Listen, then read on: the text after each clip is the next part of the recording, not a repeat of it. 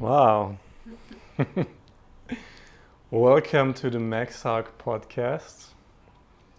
Today with a very special guest, my friend and spiritual sister, Keily Kaikkonen. Yes. From Estonia.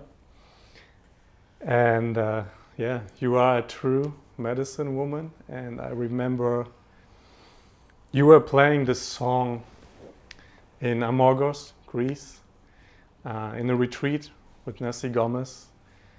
40 people were sitting in a circle at night with some fire around us. Mm-hmm. And you were playing the song and the whole room was mesmerized, hypnotized by the magic that you put out in energy and voice. So I'm really joyful, glad we're doing this podcast together. Yes. Thank you for inviting and creating the space. And hello to you everyone as well. So, Keily, we were on Amorgos and your mother was with you. And we had some interesting conversations, also the three of us. And both of you shared how you came into the world. So I suggest we start by starting there, like how did you came into the world and became this beautiful medicine woman that you are today? Mm-hmm. Yes, I just want to add that why I had my mother also there on the retreat, because I was traveling with my child, 2 years old. Mm-hmm. So she was babysitting him as I could really attend to the retreat of Nessie Gomez. So we had our road trips there all together. Mm-hmm. Yes, but that story, it really started from the moment when I think that my mother actually first time she stepped into this like conscious manifesting and creating life, because she had a moment when she was pregnant waiting for me, and it was like 4 months, and then she met one psychic seer who told her that your baby will be born sick and she will have like a water in the head and like all the bad things, and she will die like really early, and the psychic seer was like really ready to, okay, we should do the abortion like right here, right now, it will be like the best option. And then my mother, she got like really scared and really like like fear and like, okay, what is going on now? And she like literally just ran away from there. And after that, she started to have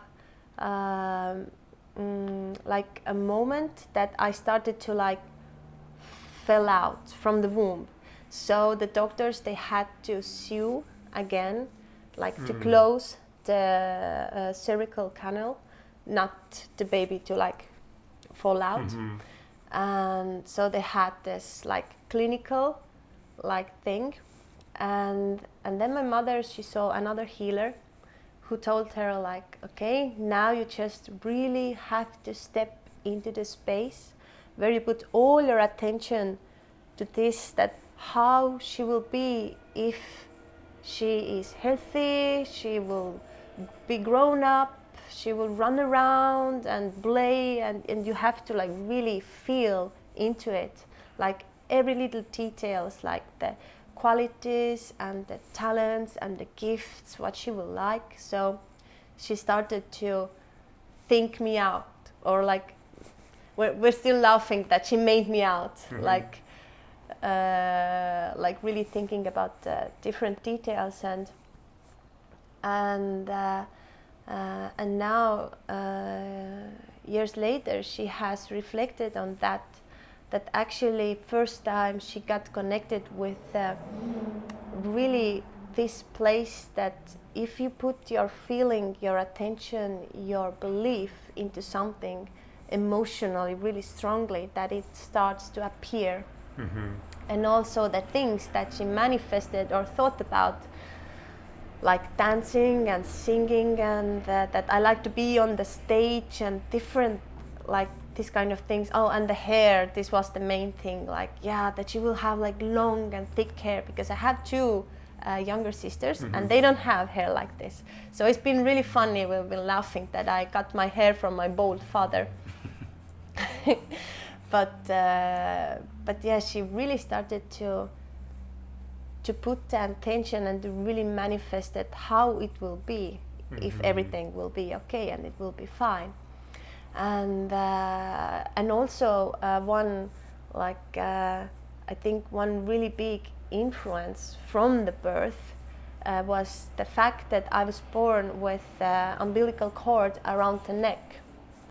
So I couldn't breathe at first, and the skin was like purple, kind of blue, and it made the feeling for the body that the first breath is like this kind of feeling. So all my therapy work and breath work and all the ceremonies, everywhere I've been like remembering or going through this trauma of the throat as well. So I think that it has been also like this one of the main themes in my inner work as well, to release the trauma. But also I started to understand that when I release the trauma from here, it starts to naturally open up. And the same with the voice and with the body as a whole. So when I had my first ceremony, I was 19. Ayahuasca ceremony, yes, with my mother, and my youngest sister was also there, who is 15 years younger than me. So I was 19 and she was 4. But she didn't drink the tea? No, she didn't like drink it, but the shaman, he just put like with the finger. So, but she was sleeping. Usually small children, they just sleep. And it feels really natural for them. It's not so different like for us. It's like stepping into another world. For them, it's like, but this is, it's how the world. Maybe they still are. It's the other world. more, yeah, like related. And I think this is where also my voice journey started. The one part of it was that because I was really working through the throat traumas that I had, it just came up. I didn't know that I had this trauma in my body, but when I started to do the work, then it just started to come out. Yes. Something just hit to the wall right now. And yeah, it really affected the trauma work from one side, and the other side, the ceremonial work. Because with the ceremonies, I started to realize what voice I do have inside. So I kind of opened the door, I met the voice, and then, with the altered state of mind, everything seems so much more glorious and shiny, and the voice is like woo, woo, woo, like Beyonce doing like different things, and then you just like come back to the normal senses and to the body, and then you're like, okay, was it me who was doing this sound? Was it my voice? And then it's kind of, you get the connection, and then you have to practice, you have to work, you have to do the steps to really like bring it into this kind of state. How did you feel your own voice in the ceremonies? Because for me, in my journey, I didn't really hear myself. So I'm wondering, how did you experience your own voice in the ceremonies? Even if I start to think about it right now, it comes out like how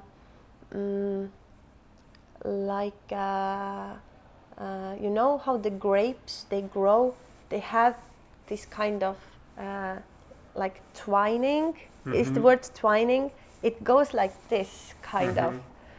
So for me it feels also, it's like a stream or a string which kind of comes out and it starts to dance with the feeling from inside and with the feeling of the music, and it starts to like when I started to like make a sound or sing with the song which was played in the ceremony, then I felt that I kind of connected into the sound space. So it really changed the sonic experience that I got also from the space. Because if I didn't connect with my voice to there, then there was some kind of space between. But when I let the voice out, then it started to like dance with the orchestra, which was already there in the space. So, and it was really because the state of mind was so free and open. So I didn't have a thought that, oh, I can do this sound, but I cannot do that sound. So just everything, the spectre was like, brrr, and I was experiencing and observing myself, the voice. So it was really interesting. But usually when we start to like sing, then we think a lot about like, okay, how we hold the body, how the voice will come out. Okay, like this is that pitch, I have to like nail it. And it's like a lot of thinking. And actually it really like takes it like really like narrow. But when we like let it, then it starts to come from total another place. And I think for me really opened up also from the ceremonies, but the place when I healed that place inside of myself that I can do mistakes and I can do wrong. It was so releasing. After that I felt that, oh, I can really improvise. I can really just let my voice out and start to look for the harmony. Not the opposite, that I have to have the harmony and then I let the voice out, which is usually the thought. And then we do not let the voice out and we say, oh, we're not the singers, we don't sing. Like I usually don't sing. Like, so it's like opposite. So it takes the courage to really come out and be wrong, kind of sense of harmony. But then it comes naturally, because even if the first, like the note or the sound is like not in harmony, if you hold it, it starts to, when we all together, we go to the same pitch. So it comes naturally. It starts to harmonize. So it's not a thing to be afraid of.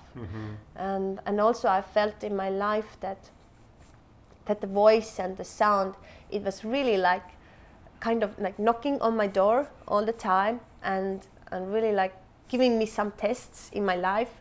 For example, when I was studying in this hypnotherapy school for 3 years, and I had there one like really strong session. I remember I was healing some anger thing related to my father,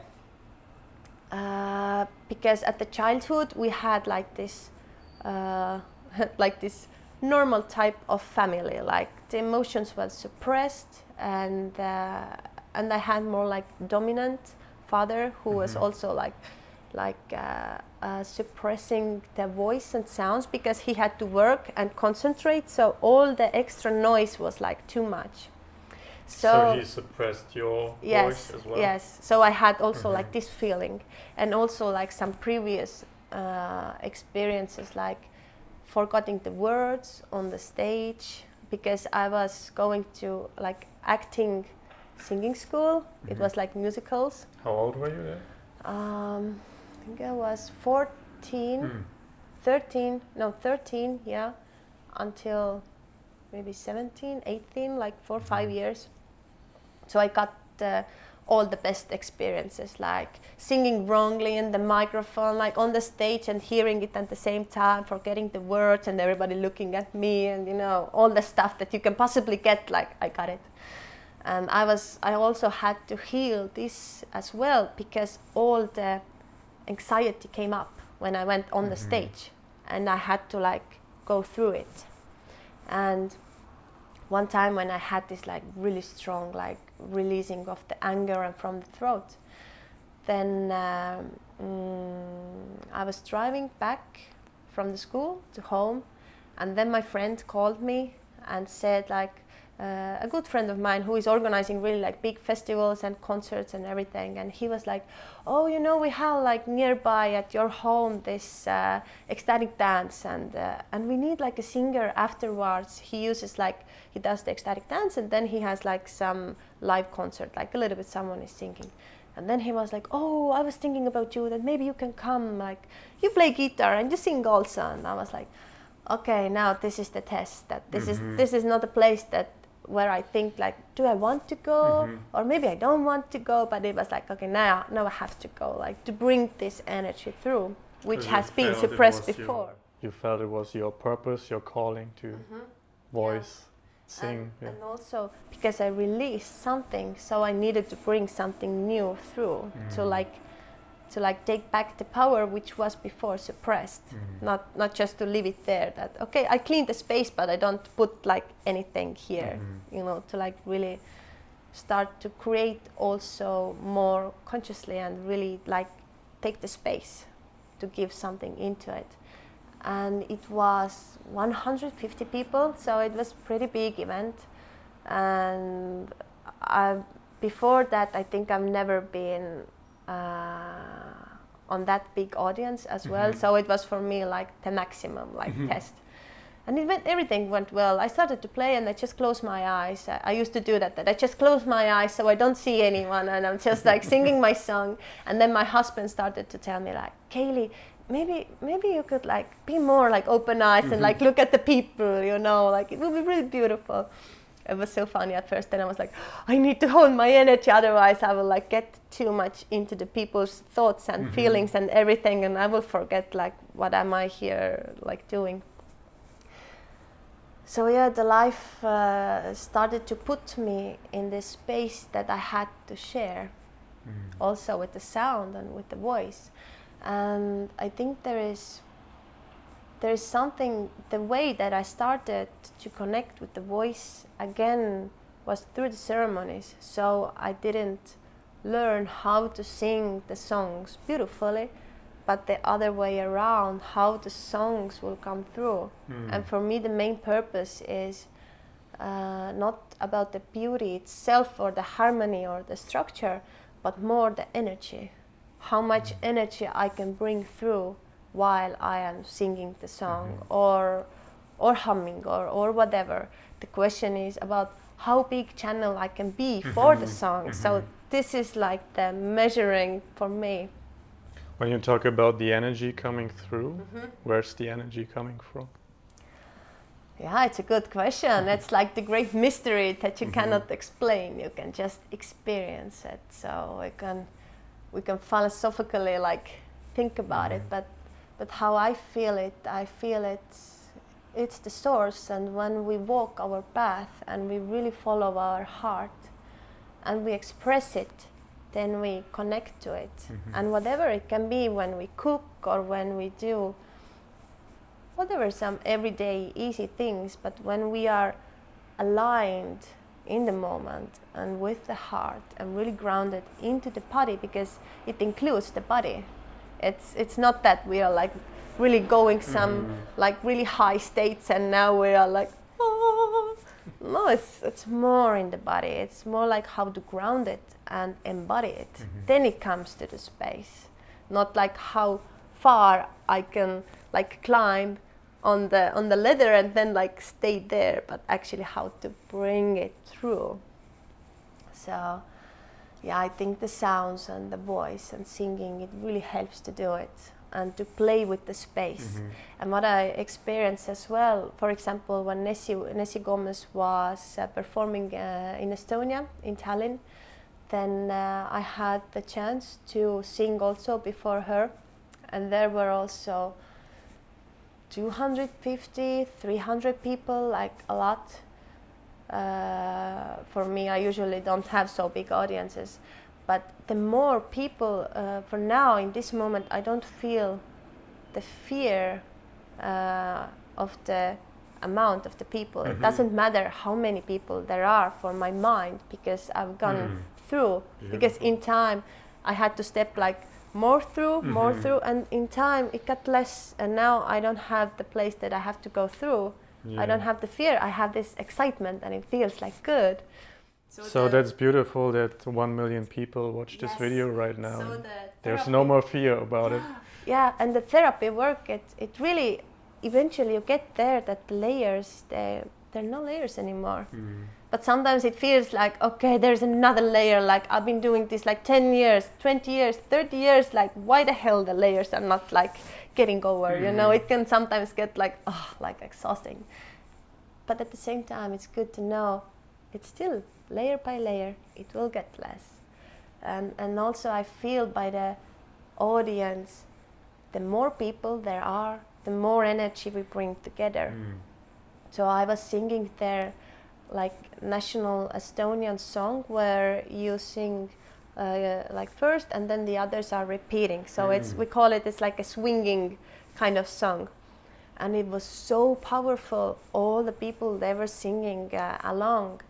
And this is what matters for me. Like this is why I feel that the more people, the better. Because the more energy we bring together, and if I bring love into the space and the other 300 people, they start to first think about the love, the word, then they start to experience or feel the love, so they bring it into the space.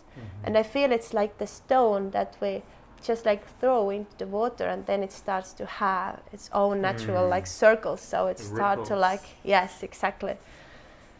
So yeah, the bigger stones we can throw there, the better it is. Yeah, I felt like a lot of energy. Yes, beautiful. So, what made you go to the Vocal Odyssey retreat with Nessie? I think the main thing was how to bring people more together and make them sing together. So for me, it wasn't so much attending for my own experience. Yes, I had it as well, but I shared it also in the first sharing circle that I am here for taking this knowledge to my community. I will write down, and I did write down all the techniques, all the exercises. I was all the time like writing. You after every class writing. Yeah, I was all the time 50 writing. minutes. Yeah, and how to create notebook. the space, like how you bring it to calmness, how you tune in also, like these little things. It's not only this exercise, but it's how you tune in people. Yeah, and they're very skilled in building Yes. also the trust between the people. And how you build up the experience. So I was really for that. And because you are offering also workshops here and travels. Yes. Maybe you also want to talk about that.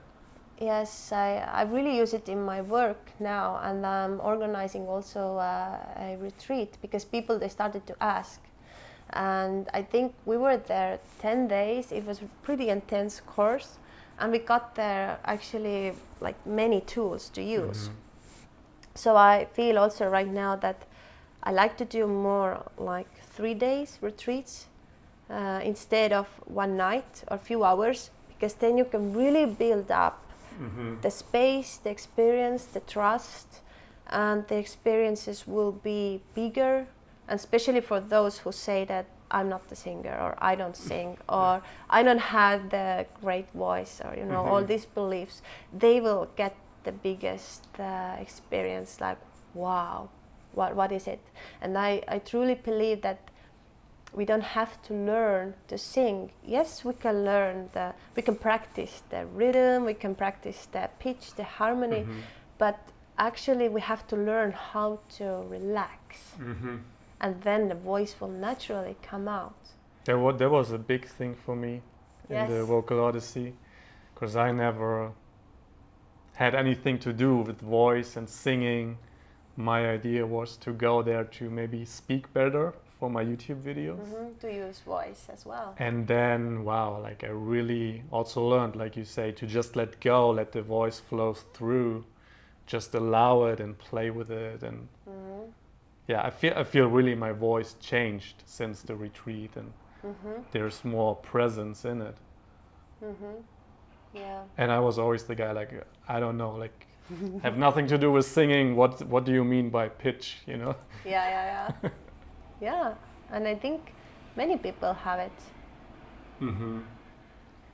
Because we have belief that it's like a talent which someone have and someone don't have. And afterwards I started to practice to have like the right exercises for the singing muscles to do, to also develop the skill of singing as well, or singing different songs. And for me it was really beautiful to like literally see with the anatomy that it is all learnable. You can learn it all.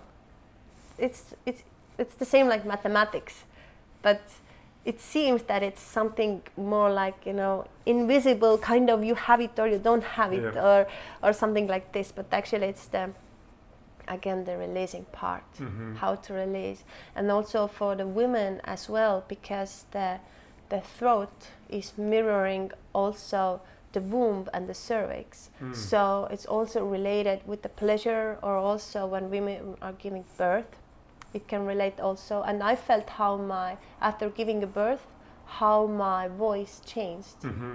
And it's like mirroring. So it's also, it's not only the singing that we learn how to sing. If we start to work with our voice, we start to make ourselves vulnerable. We start to open up. And do we really express what we think, what we feel, and do we feel secure in it? And it's also the same with the sexual pleasure. Do we feel secure to open up? So it's really interesting how it works as a whole. So it's not only like this one thing. I think the singing is just like one extra thing, one extra bonus that you get when you work with the throat, and also like for women, also with the womb and different practices on that There's level. This multi-dimensional meaning to voice, really. It really influences everything. So for me, it's also the voice of speaking now to the camera, but it's also just creating this whole new type of content and feels more aligned to what I am. And also with the traveling, because I organize groups to sacred sites, and right now my favorite place is in England, Glastonbury, and Avalon land is there, and King's Arthur mythology is related to these places.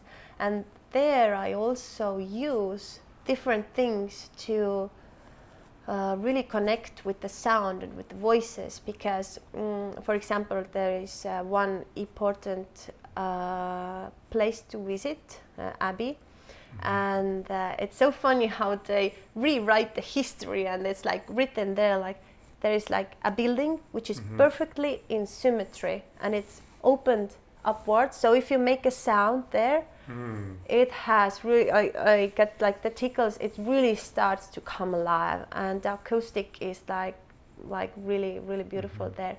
And then it's written there like, it was a kitchen, and they put like some butaphoria there, and like, some apples and things, and like, this was the kitchen area. And then we're always laughing when we go like with the women's circle, they're like, women, they've been always like singing in the kitchen, you know, like, So we always there, we do some like chanting and some om, and I always open the space for improvisation. But it's also like building up, like step by step, and even like a little bit like unconscious ways to the people, so that they don't think now, okay, now I start to sing, because then they freeze, you know. But it's more like, okay, now we just and then we just hold this one note, and then how we start to like go like just one pitch and another, and how every time there comes out the song and everybody are singing, and how the space also starts to in this kind of sacred spaces, you really feel how the voice is creating and moving energy. And it's so beautiful. And then you start to like observe, like, wow, this is my sound coming out, and wow, and it's not bad, I feel, and it's good. And you know, people even getting like this small experience with like meeting the voice, they can get like so much like power, like, oh yes, I can do like anything. And so that reminds so me lifting of up. of your ayahuasca ceremonies that you mentioned. Mm-hmm. So actually people can get the same learnings or downloads without drinking the tea. Exactly. And this is my vision as well, because now I've been on the journey of medicine like 10 years, and I've had many ceremonies because my husband was also supporter of the ceremonies, so we've been traveling around with shaman and supporting the ceremonies, and after I gave birth, then I stepped out from the medicine world during the pregnancy and also the breastfeeding time. And actually it felt so good to step out because all the doors were opened, and actually I understood that I don't need the key as the medicine anymore to open the doors. And also now when I've been working with the Mary Magdalene's energies and the energies in the Glastonbury, the Avalon, and more like energies with the saints in different forms, then I also understand that the priestesses, they also had practices to develop this inner DMT experience. So you do the practice and you will get into the altered state of mind, like consciousness, but you don't need to actually take anything from outside in, but you just tune in from inside, and you can go on the journey from inside, and it can be really strong, especially when you are in the place where the energy is strong. For example, in Glastonbury, the reason that the energy is strong there is mainly because of the ley lines which are running through. And if you know the places where the ley lines are running and where they are crossing, then it's so much more easier there to do the practices, to again open these inner doors. And afterwards, when you're at home, it's so much more easier when you meditate and you open the door. It's like, oh, it's here. I can open it, really. It's not like I have to search and I have to like go really deep, and I have to have like this, all the space and all this like on the best condition, then I can like touch this state. But it comes so much more easier ways. That's why I also feel that it's like a mission to bring people there to just like get their downloads, as you said, as well, because I help to open the space. There is nothing that I am doing for or to the people, but I am just opening the space within myself, and then everybody can catch their own things which are resonating with them in this moment. So it's all the time moving by the free will. There is no schooling that now we have to do like this, and you have to stand like this and hold your body like this, and now you have to think only those thoughts, and you can use this and you cannot do that. But it's more like awaking naturally through the empowering energy to your inner guidance, and how to use these inner tools, like everything to like inside, like nothing outwards. Like these are the keys I see. I feel that's so important, and I feel it's often misunderstood in a lot of communities where I am in, that people often think they have to chase peak experience after peak experience with plant medicines or other substances to feel these other dimensions, other spaces, get the downloads. And I feel it's so important to come back home and really integrate and meditate on it and awaken to that these qualities are always there and always accessible if you really, awaken or meditate on it. And that you don't need the DMT or the ayahuasca all the time to feel it. Well, it's like the shadow in life. You know, it can appear also in the healing journeys or in the medicine bath.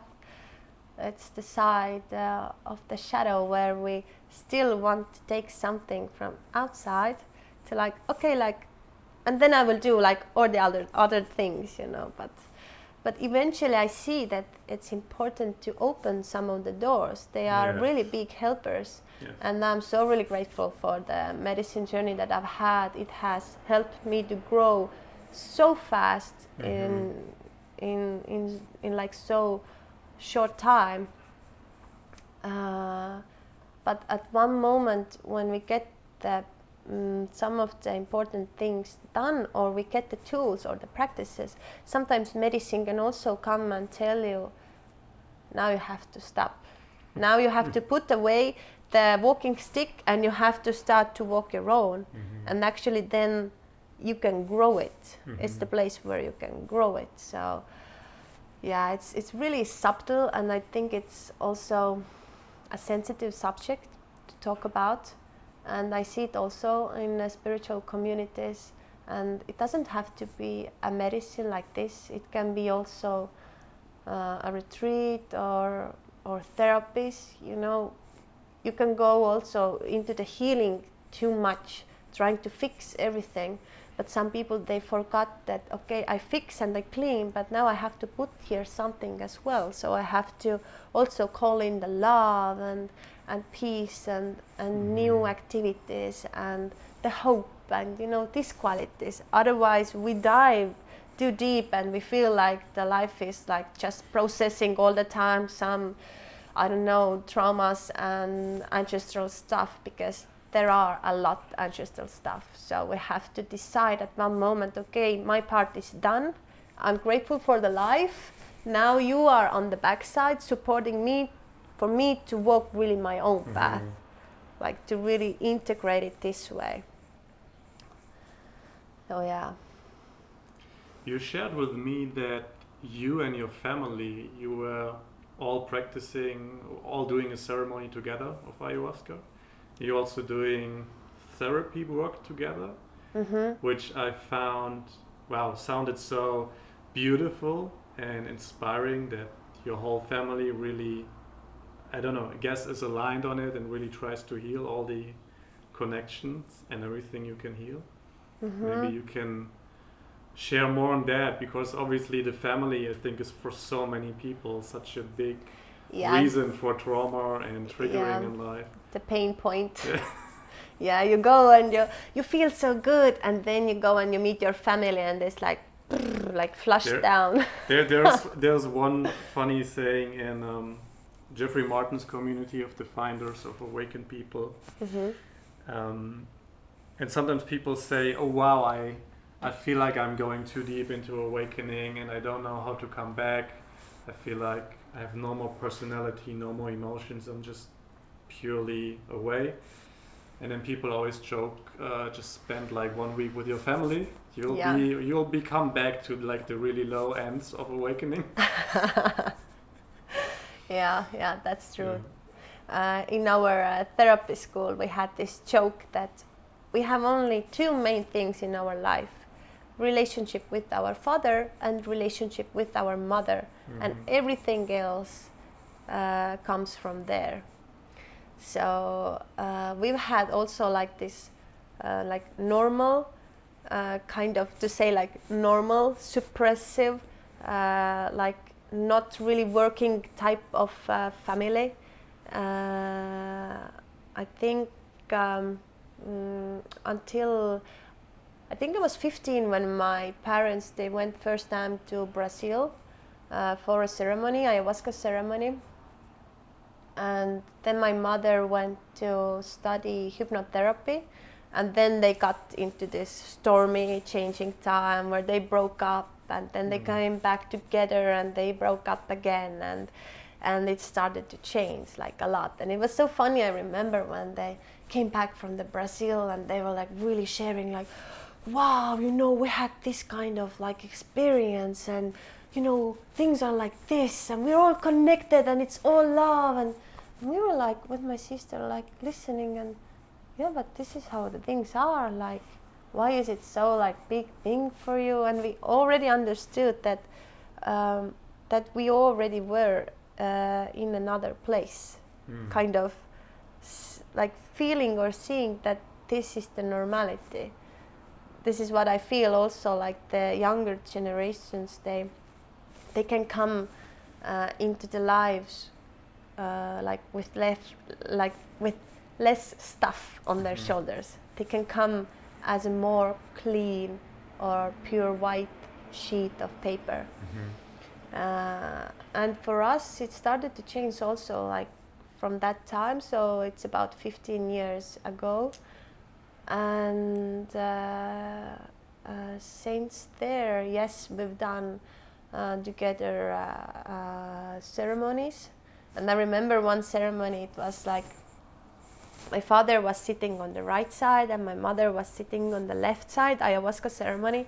And I had a lot of like ancestral stuff to clean there, and I felt like, okay, now the father's like lineage is coming, like, okay. Then I was picking, okay, what I do, what I like, because you don't have to purge everything through you.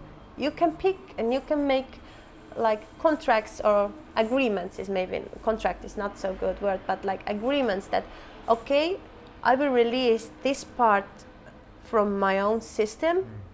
And this you can deal your own, you know. I don't have to take all the ancestral things because I have like this much the same energy, and then it resonates the whole, like the other part, like together.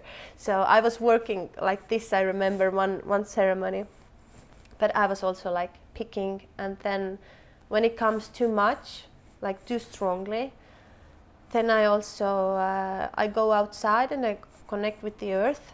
And I asked the earth to take it, to help me.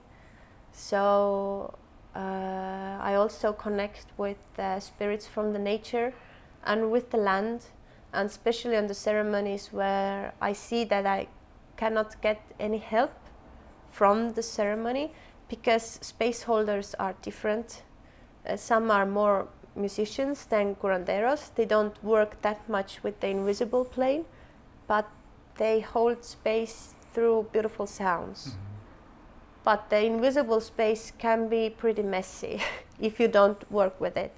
And usually curanderos and shamans, they have also like the music players who are in front doing the showtime. And then the older ones, the masters, they are backwards and they're just sitting. And they are doing everything through the meditation. So they don't really walk around and like with the feathers and stuff. Like it can be different. I don't say that it's not like this. It can be. But there are like different layers. And also in this kind of cases, because ceremonies can be really different, and I think nowadays we have a lot of ceremonies and different qualities of ceremonies. And yes, you don't know before you experience it. So sometimes I've been just going outside and like asking for help. I don't know why, but it wants to come through right now, because sometimes it has been a great tool also in everyday life if some emotional process comes so overwhelming, to just go outside and to ground it and to ask help also from the ancestors, because they are willing to help. We just have to ask. Then we open the space that they can bring their power and energy through. Otherwise there is free will, and really to cooperate with the space. So one ceremony I remember, I got like, because there were like half Russians on the ceremony, and we were like splitted like men and women, and then they just changed the seats for the second ceremony. And then there was one Russian lady sitting next to me, and she didn't speak Estonian nor English, and only things that I understood was like the bad words in Russian, like all the worst words. This was the only thing that I understood, and her puking this bucket was like all over at my place all the time. So I was like cleaning and holding space, and this was one of the times that I went outside, because when I went to the space holders, they said like, oh no, you just chill, you just be in your own energy and your own mat and everything will be fine. And I was like, this is not working, like the last few hours. So I went outside, and when I came back, then I got like black jaguar was sitting in between of us, and just like holding the space, like really sitting there like, and then I was like, oh, thank you. So I got a new friend. It was actually again experience which gave me a new tool to use. So now when I need, I can call him in to protect or hold the space. But usually these things, they appear when it's really like critical like situation, and then I could like focus on my own process and energy work. So yeah, but to come back from there to the family, so now we had first time, I think it was even like month ago, a therapy session with the therapist without any psychedelics or anything, where all of our family were together, because we're like this, that me and my other sister, I'm the oldest one, then I have 2.5 years younger sister, so we've been like growing together up, and then I have like smaller sister who is 15 years younger with the same father. So we are the same parents, we have the same family constellation, and she's been usually like looking to us like, oh, you're so weird, you're talking again this weird like spiritual stuff, and please put away the mantras, like I want my own music. And she's like really like in this like her own thing, and now she's also like a teenager. She is 14 years old, will be 15 now, and she came also. Usually she's like out and like really like looking like, oh, they're doing their weird stuff again, like okay, like let them be. But now she was also there, and the therapist was asking like, but how do you feel? Because we went there with the subject that I wish to like acknowledge some of the patterns that I have as an influence in my relationship with my husband, and that I see that at one moment I kind of shift, that I'm not in my usual state of mind of peace and consciousness, but I drift into some kind of emotional space, and it just like takes me over, and I can see that it takes me over, but I don't have the power to like cut it. It's like the body unconscious experience, and I'm like, I don't want this. So because we saw some relations with my parents' relationship, so we went all together. So this was the main subject. So we were talking about their relationship. Right now they are separated, they are not together, but we get all really well along. So it was really interesting. And then my other sister, because she's also in the relationships, so she got like some things and recognized like, okay, yes, I'm doing the same things, or the same patterns are occurring. I think it was really beautiful to have it this way, because we could all observe the same things which are affecting all of us, and we don't have to make any drama out of it, or we don't have to really like think anything about it, like to give like a thought that like, okay, this is bad or this is good, but we just bring the stories up, and we saw how we each are individually connected with stories on the subconscious level, which is not supporting us.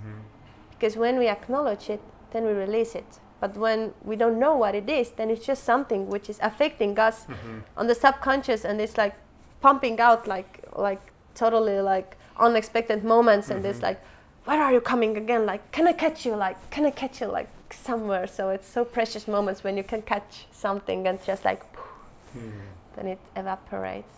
And it's so beautiful because we've had like many sharing circles, and sometimes people, they don't know that that they are my parents. Like we're in the same circle of people, and then one moment like somebody realizes again, it's so funny, like in our community, like, oh wow, you're a daughter, oh wow, and you're a mother, and you're a father, like, oh, so funny, because they know all of us from like different spaces. So it's so funny, and they always come to like share that, wow, it's really inspiring them that it's possible. Because people sometimes they have problems with their parents, but also with their children as well. Like you want to give the best life and best possibilities to your close ones, but if they see the world differently, then you cannot just put glasses on and say like, look it from different angle and perspective, like please, it will be so much better for you. It will be resistance, so we cannot just like push them like okay, like get better or whatever. So it has to be like really loving way and really like holding way. So we cannot make anything which can like create this resistance energy. Otherwise we break the connection, and the connection is the most important. How to keep and hold the connection. And what is also interesting, what came to my mind right now, my grandmother, so my mother's mother, she tried one time mushrooms, and it happened to be at the same time when I was giving birth. And they didn't know that I'm giving birth.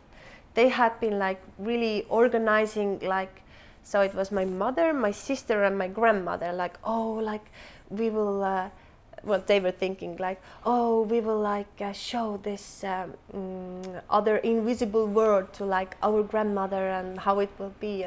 And it was so funny because she's an accountant, so she has like really like strict like mind and how things work and everything, you know.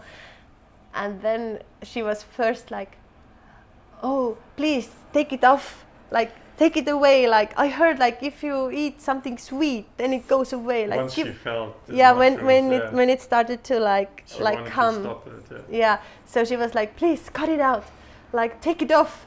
And then at the other moment, like, oh, I like it, wow, it feels so good. And then it took like time, like resistance and like like really like going into it. And then it was so beautiful how it synchronized, because she saw how the child's spirit is coming through and how she's protecting the child, so my child, so she's great grandmother for my son, that how she will hold the protection for the child for like through the childhood. And it was so beautiful. And she tried it only once, but she's also she doesn't have the resistance. So it's so beautiful if we can really connect with our families in this way. And it doesn't mean always that it has to be through the psychedelics or altered mind of state, but it helps to open the doors, and then we can all together like look into the doors and we can talk about the same things, because otherwise it's like you talk about something but you cannot say the taste and the smell and the colors if the other hasn't sensed it before. It's like not in their world or in their consciousness to bring it together. So yes, we have grandmother also in our crazy kind of sharing circles.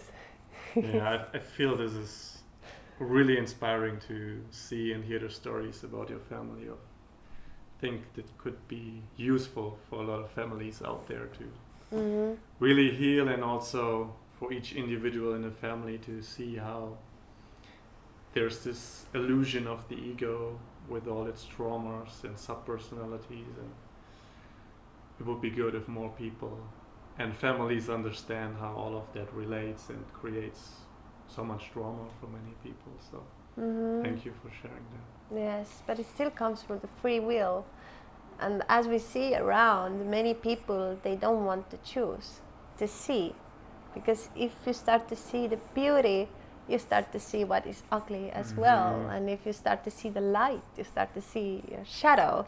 So everything comes up. So we have to also respect the choice that the others have made in that moment where they are right now in their soul growth journey, to say. So we cannot really expect them to like, you know, this is so good, you should have it. Like, don't feed your family secretly yes, mushrooms. No? Yes, not recommended. Let's talk about Estonia. Yeah. Why did you choose this country? The born here. Yeah, because it seems really I've been here some days in Estonia, and It's really a beautiful, wild, untouched nature. And it seems, a lot of people seem to be in tune with the elements, the spirits, doing work. So maybe you can share us a bit about what makes Estonia really this special place where I think probably a lot of people don't even know where it is on the map. It's so small. We have only 1.4 million people in the country. And it's so funny to say abroad as well, because even the cities have more people, you know. So, yeah. You will be lucky if you meet Estonian. There are not so many in the world. But I think what describes the people and the land, as you said as well, the wild nature. The nature is really alive. So also when the different shamans and healers and energy workers, they started to come to Estonia, they recognized really strongly something here in this energy. And we have this kind of culture that when the Christianity and the church, they came, they couldn't make Estonians like proper Christians. I don't know how, why, but it just didn't work. And we have the churches, and we have some people who are religious, but it's really small percentage. And mostly people, they say that they don't have any religion, which from some point it can be like destructive if you don't have the belief into anything higher to connect with. But at the same time, it doesn't give the conception of life or how it should be, or we're not giving the power away for something outside, which doesn't mean that you recognize the power within, but it's like a playground, so it has like different influences. But the thing with Estonians is that there is one research that if you ask Estonian if you're religious, then they're like no. But if you ask like, but do you have like a tree who is your friend? And then they're like, yeah, I go and I hug my tree. And it's like usually everybody, they have like, if they're maybe their childhood's home or some farmhouse or like grandparents' place, they have like a tree who is like really, they have this like heart connection, and this is normal for them. It's not related to any religion, or they don't feel that they are religious because of that. And from that, I think, comes out really well the quality that we are really connected with the nature, like connected with the stones and the woods, and we have the wild nature as well.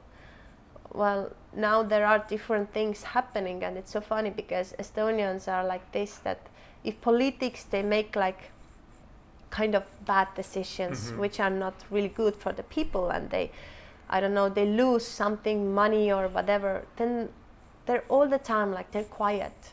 They just like, okay, yeah, we go through. They don't come to the streets or anything. They're just like patient, calm, and okay, yes. But if you touch the nature, oof, now because some of the bigger corporations are starting to like kind of a little bit melt into the Estonian nature and the resources, because it is here, a lot of it. We're small and we're a little bit like invisible, but we have like a precious nature here.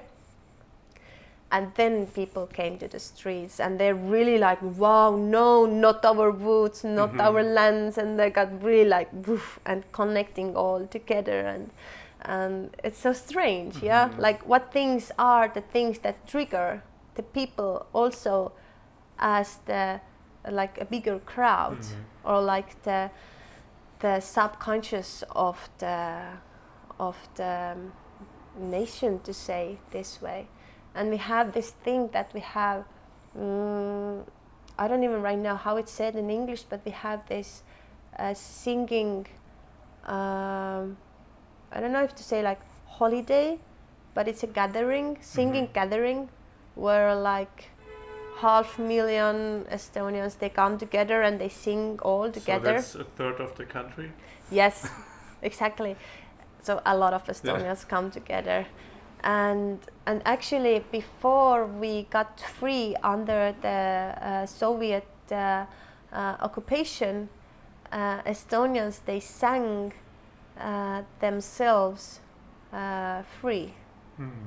So they came together and they sang the Estonian songs with which they show that we will, how to say, they showed with it,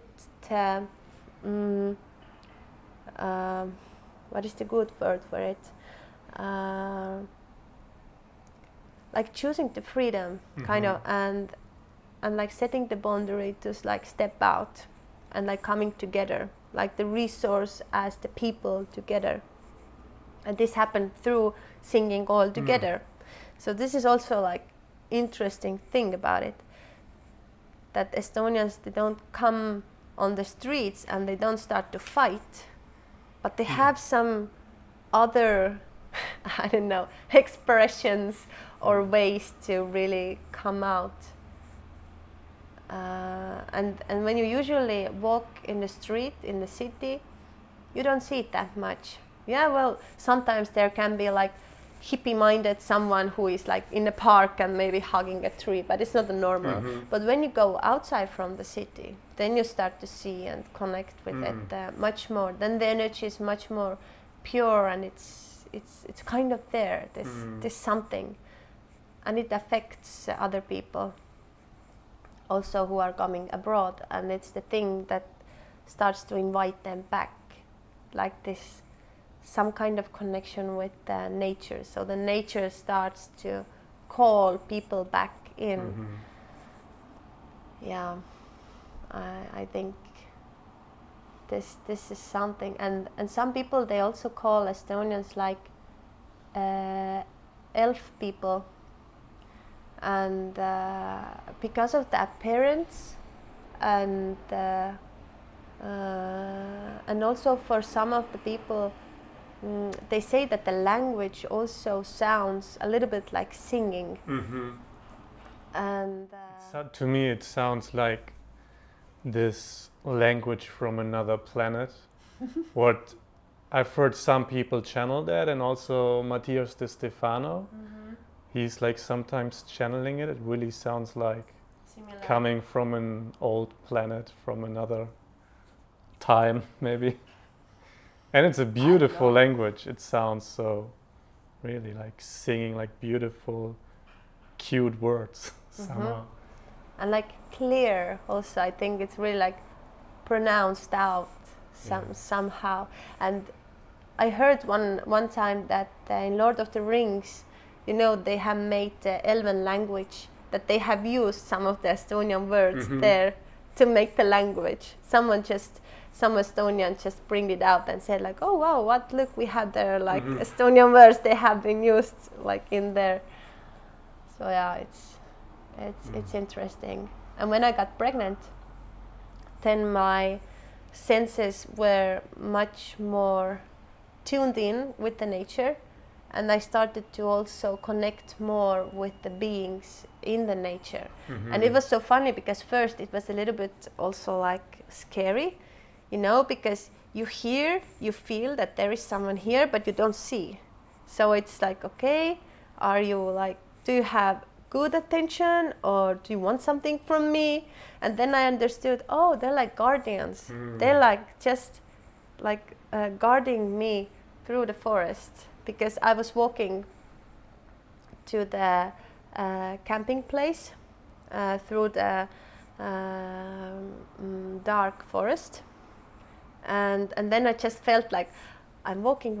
Then it's like click, click, click, like a rabbit or something, and then I stop, and then the sound stops, and then I go, and it comes along, and then I stop, and then I was like, okay, I greet you, like, okay, I come in peace and love. Please bring the same. And it was so funny, and then it came with me, and I really felt like small beings and the bigger beings, like also like a tree. You know, you can feel that it's big, and we have the saying in Estonian, "He's." So it means like a sacred wood or a place in the woods that you bring something, and the energy there is more sacred, and you can say that there are these three spirits there, and you can feel it. You can feel like there is something much more bigger, and they can move also sometimes in the space. So it was really strange. So when I got there on the place, then everything was quiet. I felt how it left. So we have, I think, the same, like I haven't been in Iceland, I really like to go, but the same like fairies and the beings in the forest, they have their like nature beings, they are still living there. Because if we take away the woods and the nature and we put our human stuff there, then there are no place for the invisible beings to really be there and hold the space. So that's what I feel also in Estonia, that there are these places which are still alive, also like energetically, and you can feel it even if you don't see it. Some people they see, I don't see, I feel. This is my sense how I move in the invisible plane with the feeling. Yeah, so this is also something which is like worth of discovering. Yes. So I feel this podcast coming to an end. Maybe you want to share some of your current offerings or next events, or invite people to check out your website or anything. I have this thing, actually I don't have a website right now. I'm more like, I think I'm still gathering the different things that want to come through.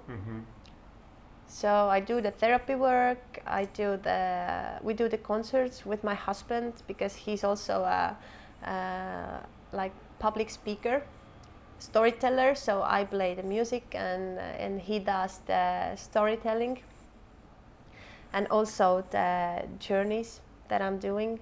I have a Facebook page, but I think maybe we can just add the links. I think it will be add the links. It will be the easiest, because the different pronunciations and pronunciations and everything. But I think I'm still like bringing through, so that I don't have yet like this is it. Like go there and I have full book calendar. I like to be more in the flow, and yes, I will have a retreat, and I will organize also Glastonbury journeys. In autumn and in spring, 2 times per year, because it's really strong calling for myself to go there. So I also organize groups. So if you're interested, I think maybe the Glastonbury experience can be the most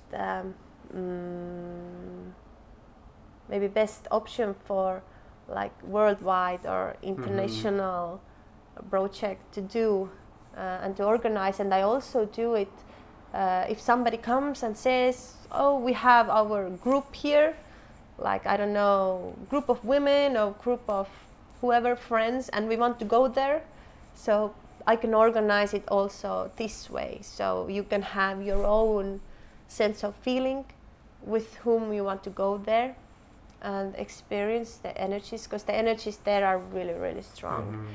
You don't have to see or feel or have any extra senses. It will just work with your body, with your different layers of your bodies, light bodies as well. And it will just, I would like to say that it cracks yourself to your inner soul and your higher path. It just starts to flow out. So it's always really beautiful to go there and like load your soul batteries with the energies which are really strong there. Yes. So thank you for inviting me and creating the space, and thank you for you as well, who you has been here and listening and being with us on this Estonian journey here in Tallinn. Are we gonna end this episode with more music? With the song. Mm-hmm. Yes. We had a thought to play Sam Garrett's song. So the first song that I played with the drum, it was Murray Kyle's song, Grandfather's Son. And I also did their Estonian words. And here as well, I'm singing one Sam Garrett's song. So it's a mantra, it's in English, and then I also added Estonian lyrics to it. So the meaning in Estonian is the same than in English, so that you would know the meaning of the words that you don't maybe understand. And yes, I really like to bring piece of Estonian into every song. And sometimes it comes more through, sometimes less, but I'm always open to it.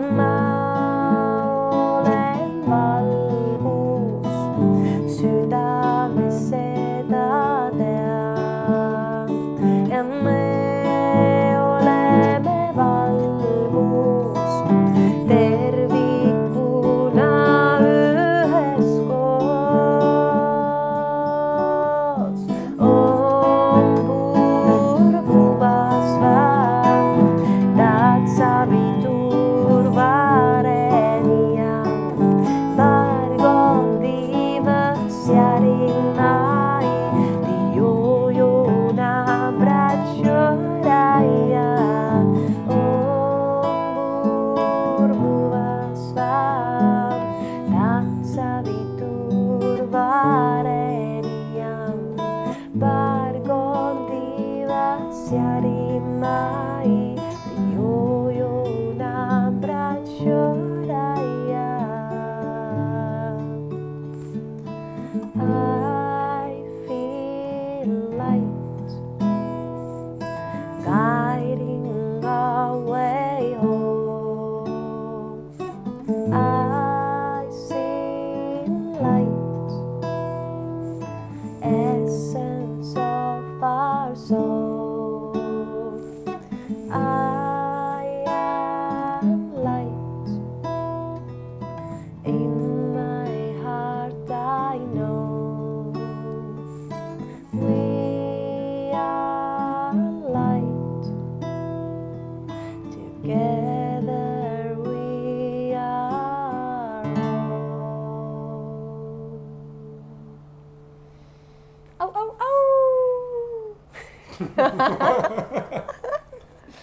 Need to have some humor as well. Beautiful.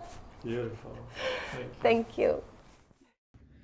Hey guys, thank you for watching all the way to the end. Make sure you like this video and you subscribe to the channel. I also want to share with you Qualia Mind, which is made by Neurohacker Collective. They are the sponsors of this video. They make a lot of my new podcast episodes possible. And Qualia Mind is a supplement I've been taking for over 5 years now. And a lot of friends ask me, Max, if I should buy one supplement, which supplement would you recommend? And my answer is quite often Qualia Mind, because it has been incredibly helpful for me on my awakening journey. I've been using this product for 5 years now. Qualia Mind is composed of a lot of different plant-based ingredients that have all been researched to be effective on the brain, to help with brain performance. And for me, I feel more present, I deepen in meditation, I connect better with people, and it's also great for long-term brain health. So I highly recommend you to check out Qualia Mind. You'll find the link in the description to a European shop. And if you're from the US, just go to neurohacker.com. Use my coupon code MAXHACK to get 15% off your order. You can even get a subscription of this to get even more discount on Qualia Mind. Sending you much love from Estonia, and see you soon.